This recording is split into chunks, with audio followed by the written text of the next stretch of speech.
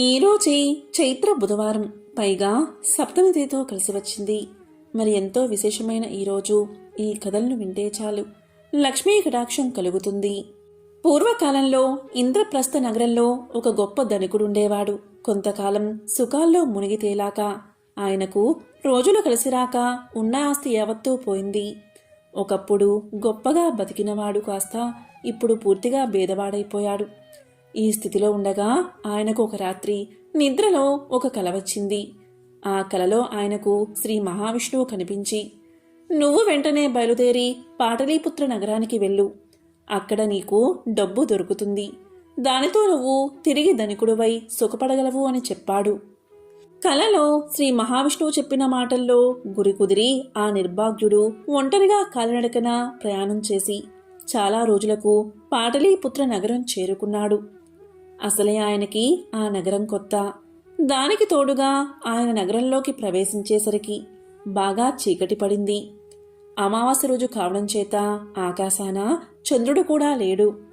అందుచేత ఆయన ఎలాగో ఒక గుడికి చేరుకుని ఆ గుడి మండపంలో పడుకుని కొద్దిసేపట్లో నిద్రపోయాడు. నగరమంతా మాటు మణిగిన కొంతసేపటికి ఆ గుడిని ఆనుకుని ఉన్న ఒక ఇంట దొంగలు ప్రవేశించారు. ఆ ఇంటి యజమాని అలికిడి విని నిద్రలేచి దొంగలు దొంగలు అని గొంతెత్తి అరిచాడు. క్షణంలో చుట్టుపక్కల వారంతా వచ్చారు. దొంగల ఆట కట్టయింది. వారు గోడ మీద నుంచి గుడి ఆవరణలోకి దూకి మండపం పక్కగా పరుగుతీసి చీకటిలో అంతర్ధానమైపోయారు. ఇక వారిని తరుముకుంటూ వచ్చిన జనం గుడి ఆవరణంతా వెతికి చివరకు మండపంలో నిద్రపోతున్న పరదేశిని పట్టుకుని చేతులు కట్టి తలారి వద్దకు లాక్కుపోయారు. దూర ప్రయాణం చేసి మట్టి కొట్టుకుని ఉన్న ఆ పెద్ద మనిషి తలారికి దొంగలాగే కనిపించాడు.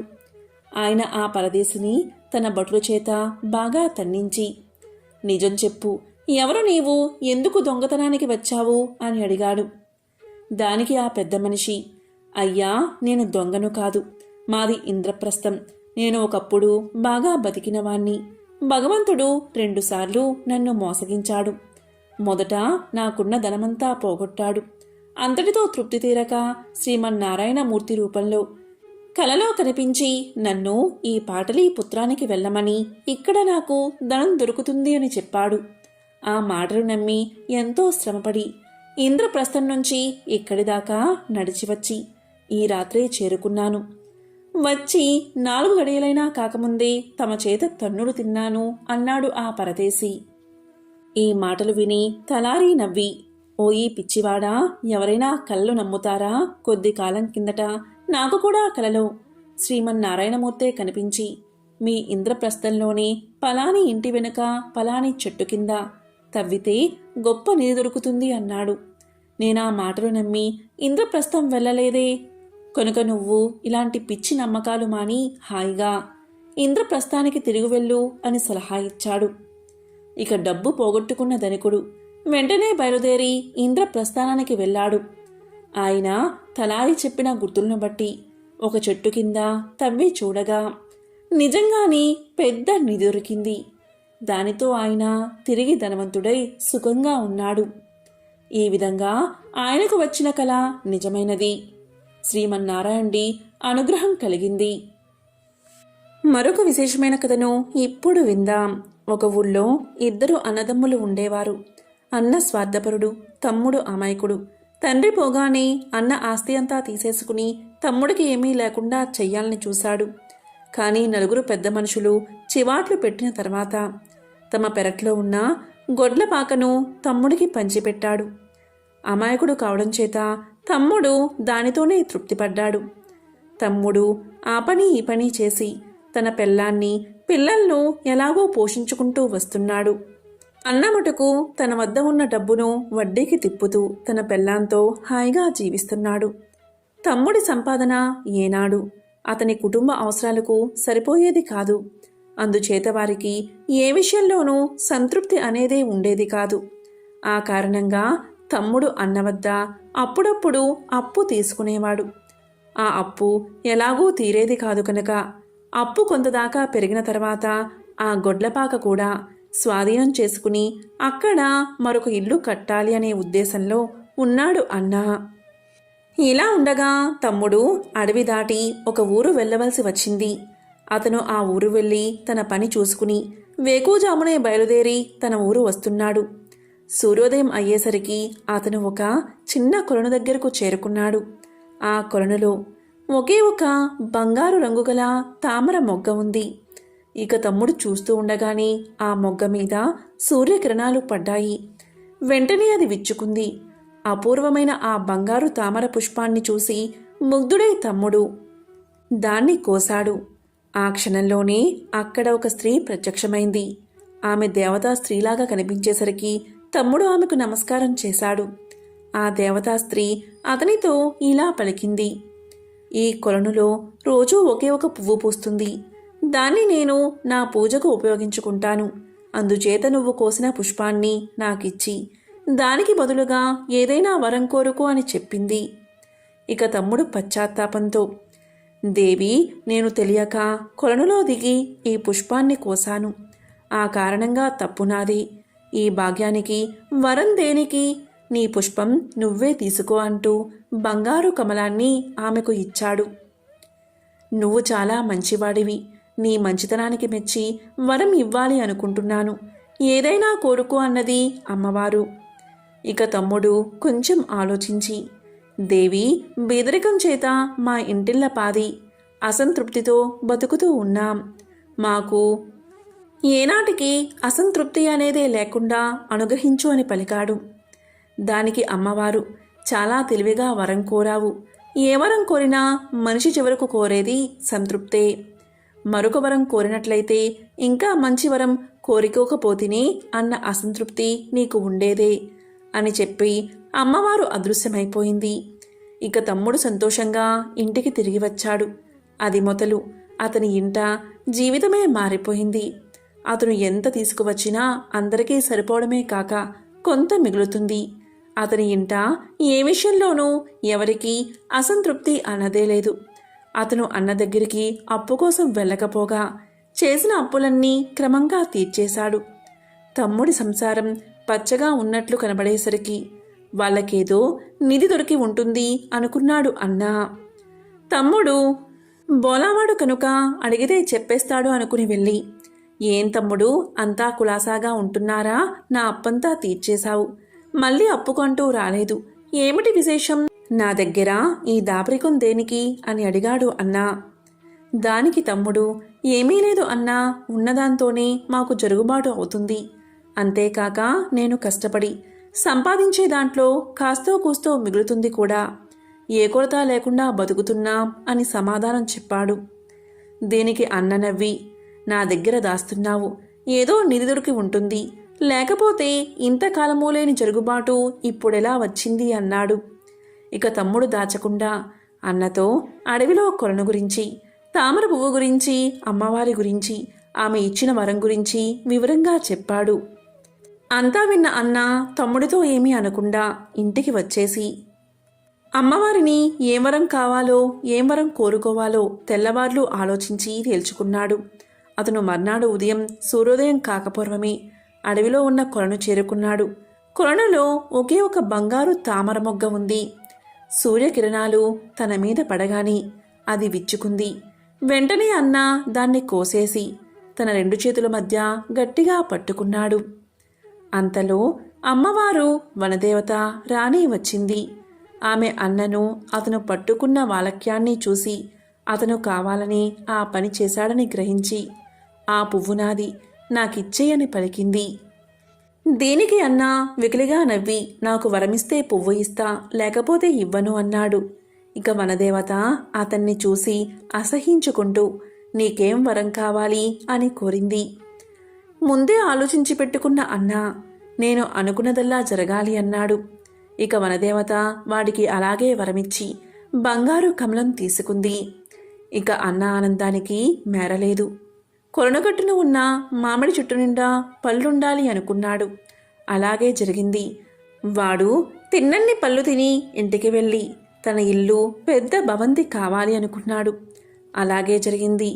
వాళ్ళకిప్పుడు దేనికి లోటు లేదు కనుక ఇంటిళ్ళ పాది పంచభక్ష పరమాన్నాలతో విందు ఆరగించారు. ఆ సాయంకాలం అన్న భార్య తన తోడి కోడలికి మరిదికి తమ గొప్ప చెప్పుకోవడానికి పాకకు వెళ్ళింది. ఆమె చీకటిపడి పాక నుంచి వస్తూ ఉండగా గదిలో పరధ్యానంగా కూర్చుని ఉన్న అన్న పెరట్లోకి తొంగి చూసేసరికి ఎవరో నల్లగా తమ ఇంటికేసి రావడం కనిపించింది. బాబోయ్, అది దెయ్యమేమో, లోపలికి రాకూడదు అని భయపడ్డాడు. వెంటనే అన్న భార్య దయ్యంగా మారి ఇంట్లోకి ప్రవేశించింది.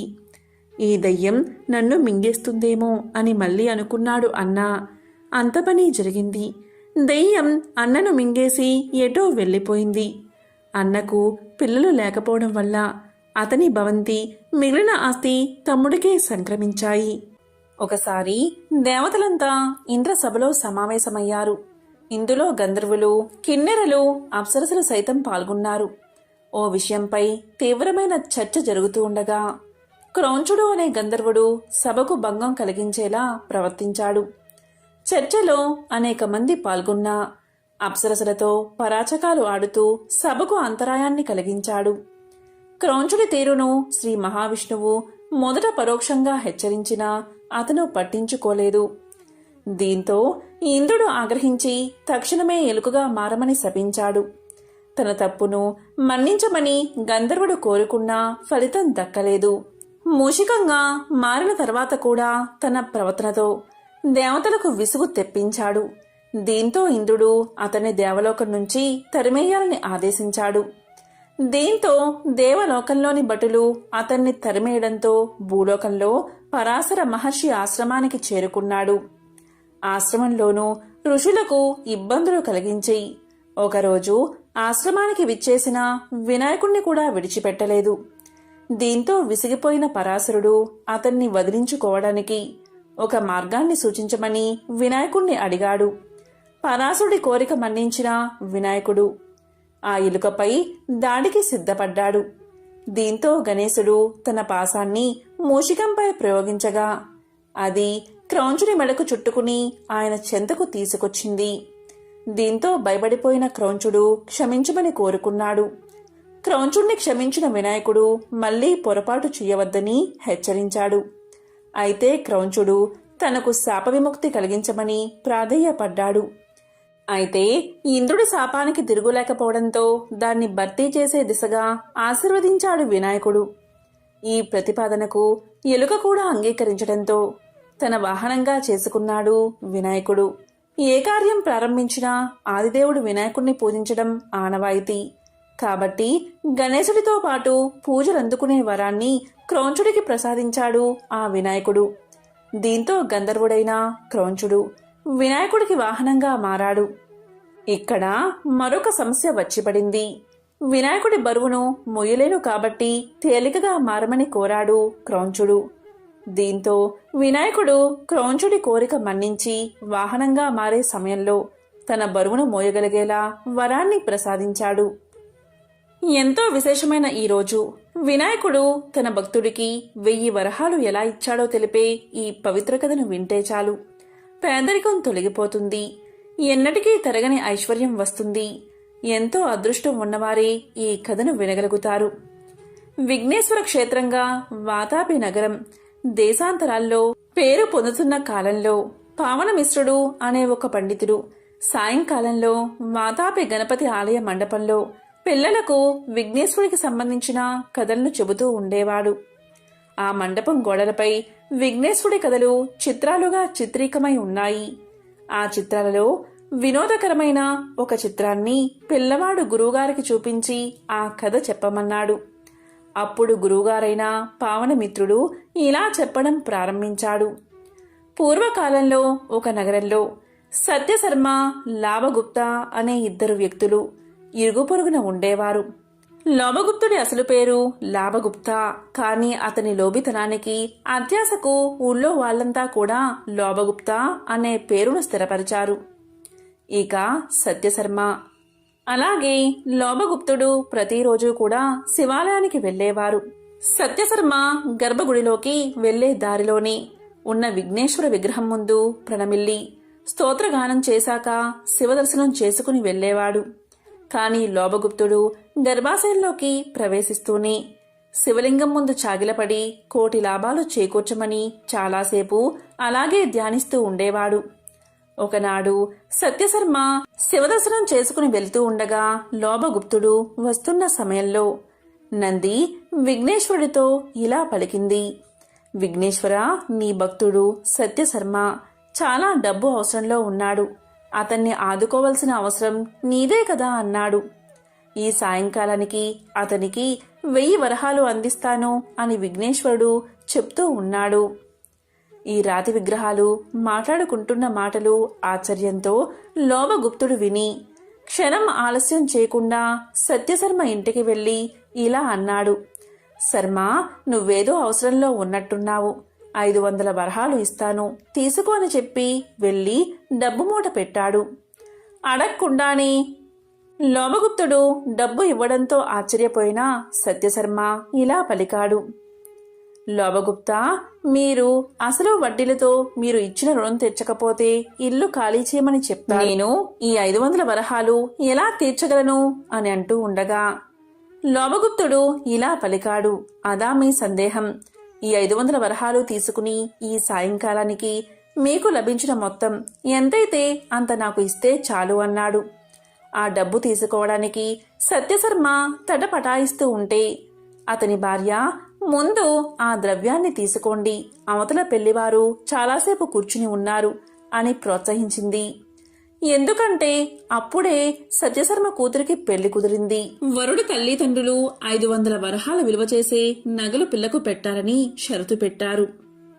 దీంతో ఆమె భర్తను తీసుకోమని ప్రోత్సహించింది. సత్యశర్మ లోభగుప్తుడితో ఇలా పలికాడు. సాయంకాలానికి నాకు లభించింది ఇవ్వడానికి నాకు ఎలాంటి అభ్యంతరమూ లేదు, కాని అలా లభించే ఆస్కారం కూడా లేదు అనగా లోభగుప్తుడు ఇలా అన్నాడు. అది వదిలే సత్యశర్మ, మనం ఇరుగు పొరుగు వాళ్ళం. ఇప్పుడు నేను ఇస్తే తర్వాత నువ్వు ఇస్తావు, ఈ మాత్రం దానికి మొహమాట పడకు అంటూ 500 వరహాల మూట సత్యశర్మ చేతిలో పెట్టాడు. సత్యశర్మకు సత్యసంధుడని లోభగుప్తుడికి బాగా తెలుసు. ఇక సాయంత్రం అవుతుంది, కాని సత్యశర్మకు ఏ వరహాలు అందిన సూచన లోభగుప్తుడికి కనిపించడం లేదు. అప్పుడు లోభగుప్తుడు కంగారు పడుతూ దేవాలయంలోకి పరిగెత్తి విఘ్నేశ్వర విగ్రహం తొండం పట్టుకుని ఇలా పలికాడు. ఏమయ్యా విఘ్నేశ్వర, సత్యశర్మకు 1000 వరహాలు త్వరగా ఇప్పించు మరి అని అంటూ ఉండగా అతని అరచెయ్యి తొండం సందులో ఇరుక్కుపోయి తీస్తే రాకుండా తొండాన్ని మరింత గట్టిగా బిగించి నొక్కి పట్టుకుంది. దాంతో నొప్పితో లోభగుప్తుడు గిరగల్లాడిపోతూ ఉంటే విఘ్నేశ్వర విగ్రహం నుంచి ఇలా మాటలు వినిపించాయి. లోభగుప్త, సత్యశర్మకు 1000 వరహాలు ఎంత త్వరగా నువ్వు ఇప్పిస్తే అంత త్వరగా నీకు విడుదల అని విగ్రహం నుంచి మాటలు వినిపించాయి. దీంతో లోభగుప్తుడు రెండో చేతితో నెత్తి నోరు బాదుకుంటూ అన్యాయం దేవుడా, అన్యాయం, 500 ముందే ఇచ్చాను కదా అని పెడబొబ్బలు పెట్టాడు. దీంతో వినాయకుడి విగ్రహం నుంచి మాటలు ఇంకా ఇలా వినిపించాయి. అదా సంగతి, 500 వరహాలు ఇచ్చి 1000 వరహాలు పుచ్చుకుని సునాయాసంగా 500 వరహాలు కాజేద్దామని ఎత్తు వేశావన్నమాట. అత్యాశకు కూడా ఒక హద్దు ఉంటుంది. నీ దురాశకు ప్రాయచిత్తంగా సత్యశర్మకు మిగతా 500 వరహాలు ఇవ్వడమే కాదు, అతడుకు ఇచ్చిన రుణాన్ని చెల్లుపెట్టి అతని కుమార్తె వివాహం నీ సొంత ఇంటి పెళ్లిగా జరిపించు అని విఘ్నేశ్వర విగ్రహం నుంచి గంభీర గర్జన వినిపించింది. తరువాత లోభగుప్తుడు క్షణాల మీద తన వారిని పిలిపించి సత్యశర్మకు మిగతా 500 వరహాలు ఇప్పించి అతని రుణానికి చెల్లు పెట్టించి అతని కూతురు పెళ్లి ఖర్చు అంతా పెట్టుకుంటానని ప్రమాణం చేశాక అతని చెయ్యి యువతలికి వచ్చింది.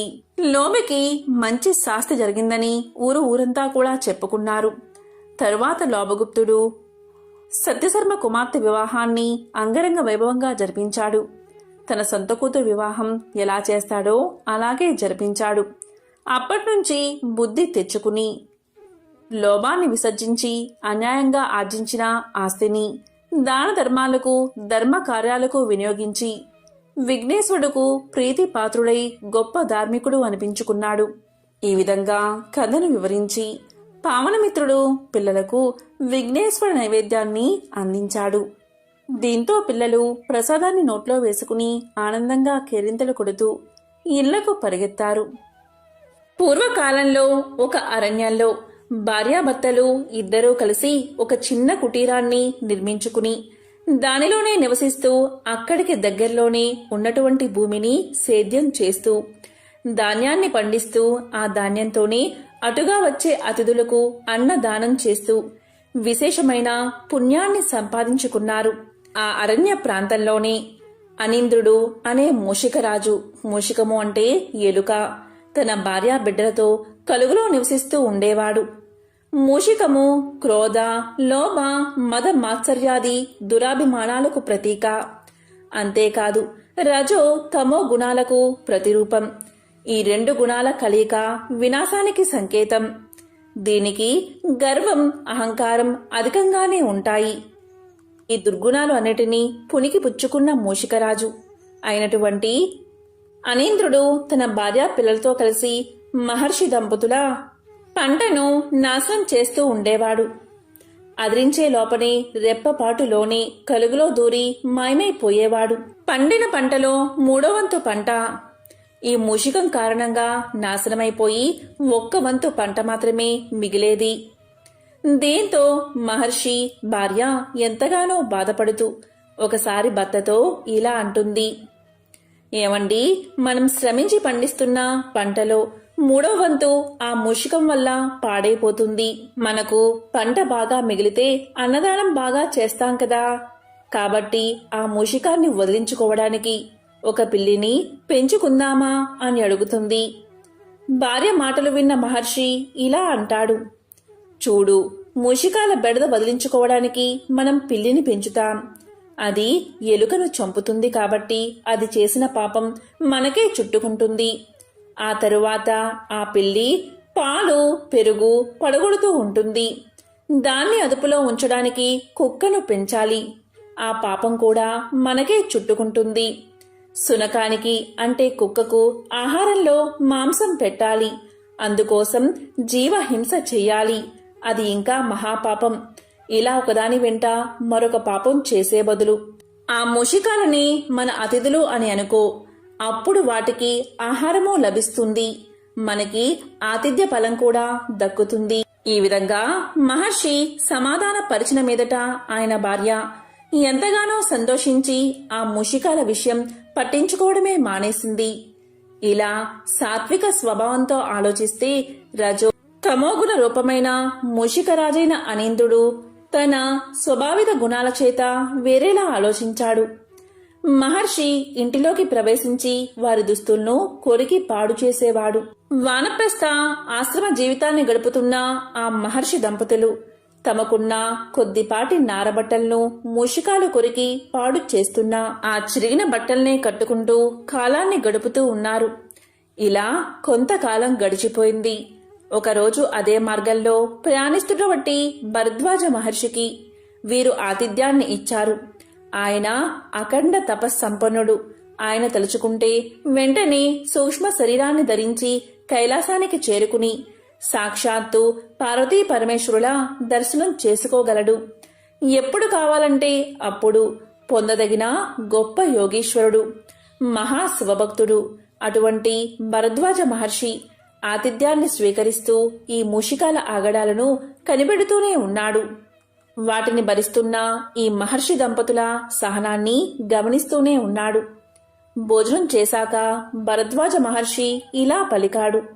ఆ దంపతులను ఆశీర్వదిస్తూ, నాయనా, మీ సహన సౌశీల్యాలు, ఆదర్శ జీవనం నన్ను ఎంతగానో సంతోషపరిచాయి. మీకు ఏదైనా వరం ఇవ్వాలి అని నాకు అనిపిస్తుంది. మీకు ఏం వరం కావాలో కోరుకోండి అన్నాడు. అప్పుడు మహర్షి చిరునవ్వు నవ్వి ఇలా పలికాడు.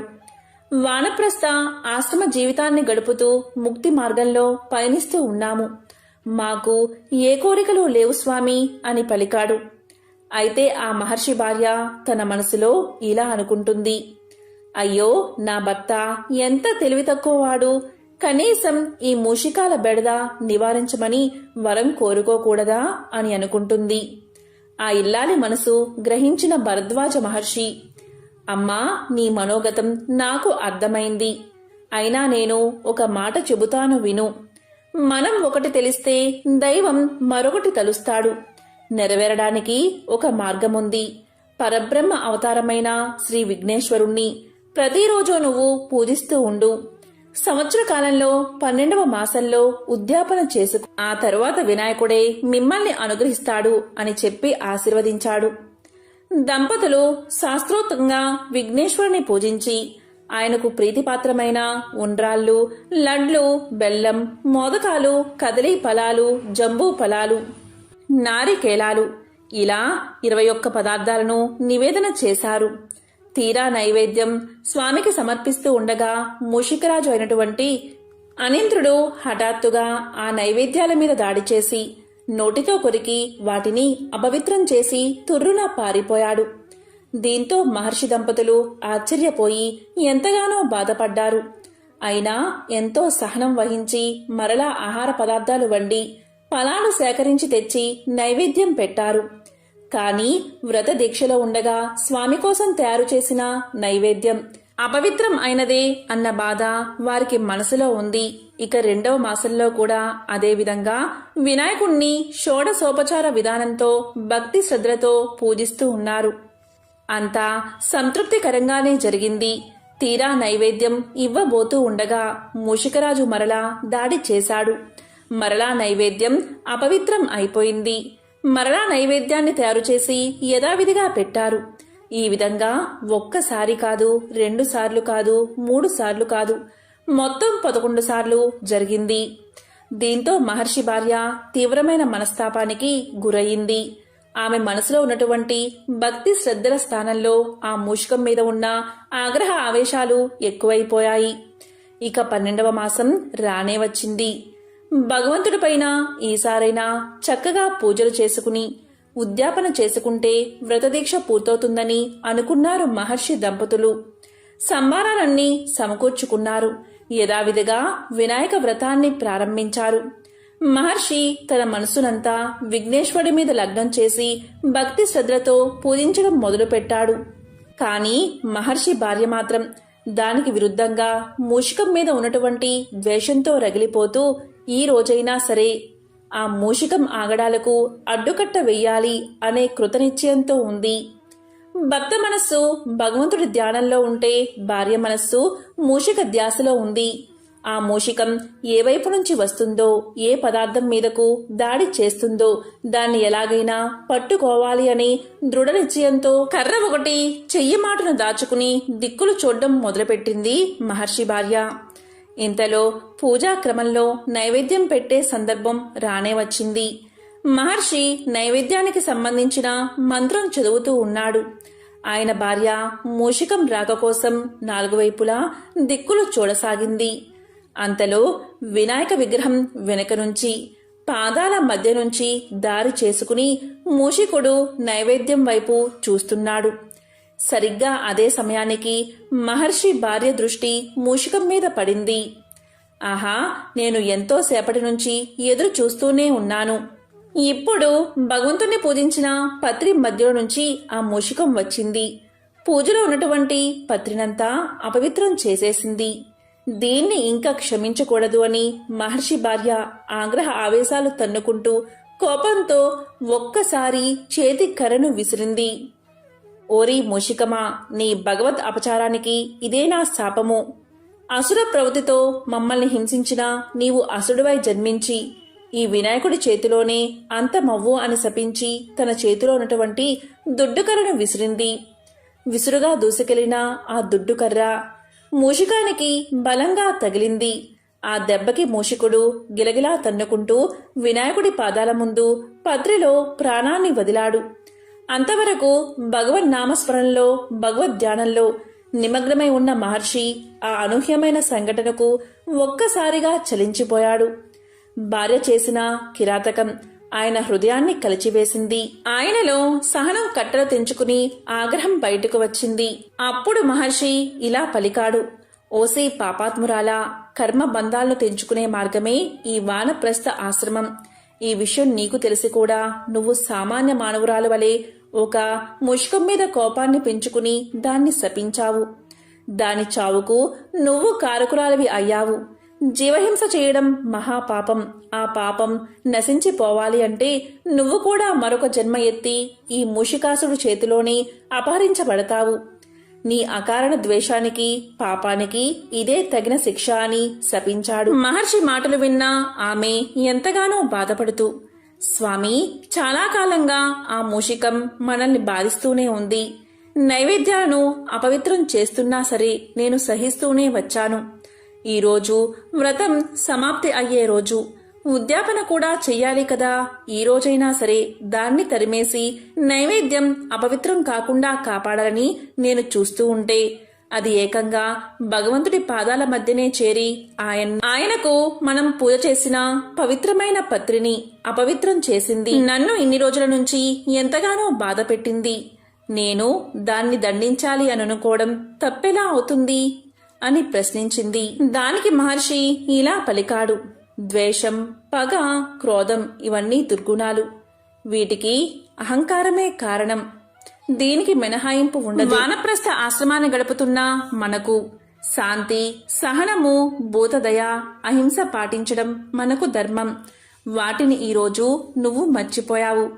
అతిథి సేవ మన కర్తవ్యం. అంటే మానవుడే కాదు, సర్వజీవులు కూడా అతిథులే. ఈ మూషికం కూడా మనకి అతిథి లాంటిదే అనే నేను ఏనాడో నీకు చెప్పాను. నువ్వు నా మాటను మర్చిపోయావు. పరబ్రహ్మమే సర్వజీవుల్లో నివసిస్తూ ఉంటాడు. ఆ సత్యాన్ని నువ్వు మర్చిపోయావు. మూషిక రూపంలో నైవేద్యాన్ని ఆరగించడానికి వచ్చిన భగవంతుడిని గుర్తించలేక అది మామూలు జంతువు అనే భావంతో, క్రోధంతో దాని మీదకు కర్ర విసిరి హింసించావు. పైగా శపించావు. అందువల్లే ఇంతకాలం నువ్వు సంపాదించుకున్న తపశ్శక్తిని దుర్వినియోగం చేశావు. అందుకే నీకు పాపం అంటుకుంది. నువ్వు చేసిన అకృత్యానికి గాను భవిష్యత్తులో నువ్వు అనుభవించబోయే ఫలితం గురించి నేను చెప్పాను అంతే. ఇలా మహర్షి శాంతంగా పలికి బోధించగా ఆ మాటలకు ఆయన అర్థానికి జ్ఞానోదయం అయ్యింది. ఆ మహర్షి ఇలా పలికాడు, 12 మాసాలుగా మనం దీక్షతో విఘ్నేశ్వర వ్రతాన్ని చేశాము. భక్తితో ఆ స్వామివారికి నైవేద్యం సమర్పించాము. ఆ నైవేద్యాన్ని మూషికం తినడం వల్ల ఆ స్వామి పాదాల వద్దే తన జన్మను చాలించింది. ఇదంతా ఆ స్వామివారి సంకల్పమే. మనం ఒకటి తలిస్తే స్వామివారు మరొకటి తలిచారు. ఇది దేవ రహస్యం. నీకు ఒక దారి చూపిస్తాడు అని చెప్పాడు మహర్షి. ఆ ఇల్లాలు ఆ మాటలు విని, నేను కృతజ్ఞరాలిని. మరో జన్మ ఎత్తి త్వరగా నీ పాద సన్నిధికి చేరుకోవడానికి ఇప్పుడే నేను ఈ జన్మ చాలిస్తున్నాను అని చెబుతూ ముందుకు వంగి భర్త పాదాలు మీద పడి ఓం గం గణపతియే నమః అని అంటూ విఘ్నేశ్వరుని తలుస్తూ తన యోగశక్తితో శరీరాన్ని చాలించింది. ఎంతో పవిత్రమైన, విశేషమైన ఈ రోజు అంటే బుధవారం రోజు ఈ కథలను విన్నా, చదివినా, చెప్పినా, వినిపించినా సకల శుభాలు కలుగుతాయి. జన్మల దోషాలు తొలగి కోటి జన్మల పుణ్యం వస్తుంది. విఘ్నేశ్వరుడి మంత్రాలు అత్యంత శక్తివంతమైనవి. హిందూ సాంప్రదాయం, శైవం, వైష్ణవం అన్ని ప్రాంతాల్లోనూ, అన్ని ఆచారాల్లోనూ వినాయకుడి ప్రార్థన, పూజ సాధారణం. ఓం గం గణపతియే నమః ఈ మంత్రం చాలా విశేషమైనది. అంటే దేవతల ప్రభువుకు వందనం చేస్తున్నామని అర్థం. గణపతి మూలాధార చక్రానికి అధిపతి. అందువల్ల ఈ మంత్రంతో మూలాధార చక్రానికి శక్తి లభించి ఉత్తేజితమవుతుంది. ఈ మంత్రాన్ని జపించడం వల్ల ఆటంకాలు తొలగిపోతాయి. ఓం శ్రీం హ్రీం క్లీం గ్లౌం గహ గణపతియే నమః ఈ మంత్రం కూడా చాలా శక్తివంతమైనది. దీన్ని శుచి శుభ్రతలతో 21 సార్లు పఠిస్తే, ఉచ్చారణ లోపం లేకుండా స్వామిని పూజిస్తే సకల శుభాలు కలుగుతాయి. కోరిన కోరికలు నెరవేరతాయి. స్వామి అనుగ్రహం మీకు కలుగుతుంది. ఓం గం గణపతియే నమః.